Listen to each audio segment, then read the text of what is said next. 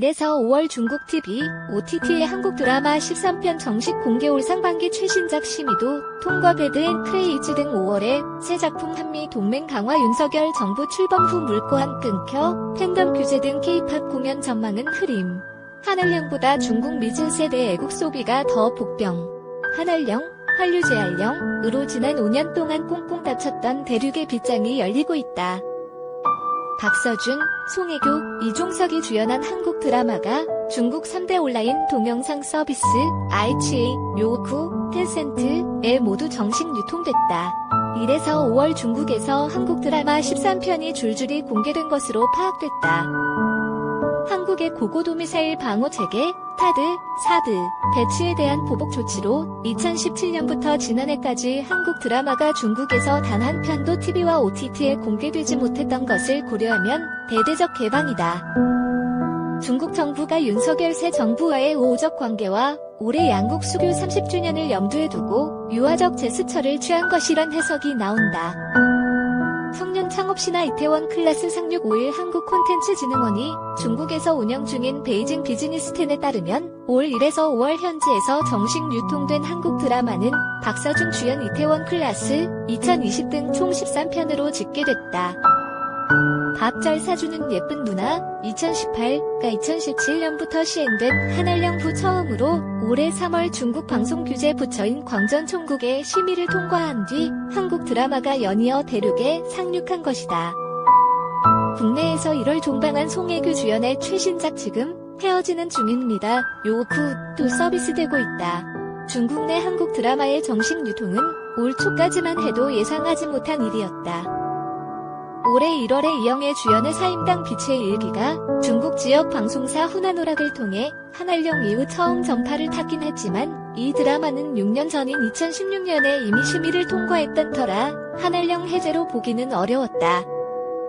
공개 안 된 사내 맞선 포털 인기 검색어 톱10 여전히 풀리지 않았던 규제는 3월부터 슬슬 사라지기 시작했다.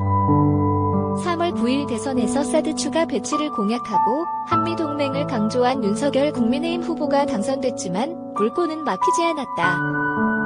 1월 종방한 배드 앤 크레이지, iQIYI가 지난달 25일부터 서비스되는 등 5월에만 새 작품이 잇따라 정식 유통됐다.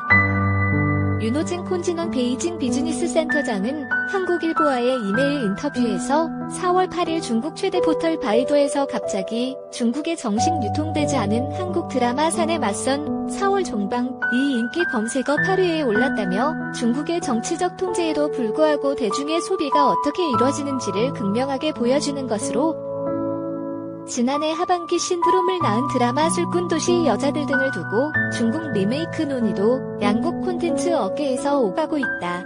방송에서 한알령은 사실상 해제된 분위기라고 말했다. 중국 미즈 세대 애국 소비 변수. 제로 코로나에 막힌 K-팝 한알령 해제 기류로 한국 콘텐츠가 OTT를 중심으로 대륙을 다시 파고들고 있지만 K-팝 공연은 여전히 이중고를 겪고 있는 상황이다. 중국 정부가 지난해 하반기부터 미성년자가 연예인을 응원하기 위해 돈을 마구잡이로 쓰는 것을 막기 위해 무질서한 팬덤에 대한 관리 강화 방안을 발표한 데다 코로나19 방역 관리도 여전히 엄격하기 때문이다. 한국과 중화권 공연을 잇는 에이전시 대표는 코로나로 인한 이동 제약이 풀려야 하는데 시진핑 중국 국가주석의 사면임을 결정짓는 10월당 대회까진 중국 제로 코로나 기조가 유지될 것이라며 한중 수교 30주년 관련 정치적 이벤트에 따른 축하 공연에 개별 K-팝 공연은 적어도 올해는 어려울 것이라고 내다봤다. 양국의 콘텐츠 업계 관계자들은 한알령보다 자국산 제품을 선호하는 중국 20에서 30대들의 애국 소비에 불똥을 맞지 않을까를 더 걱정하고 있다.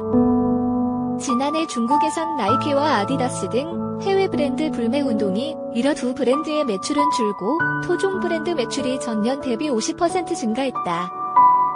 중국의 판권을 여럿 판매한 한 드라마 제작사 대표는 중국 미즈 세대들이 애국주의 소비 흐름을 보이는 데다 한국과 중국의 젊은 세대들이 최근 몇 년간 서로에 대해 부정적인 인식을 키운 게 콘텐츠 유통이 변수가 될 수 있다고 걱정했다.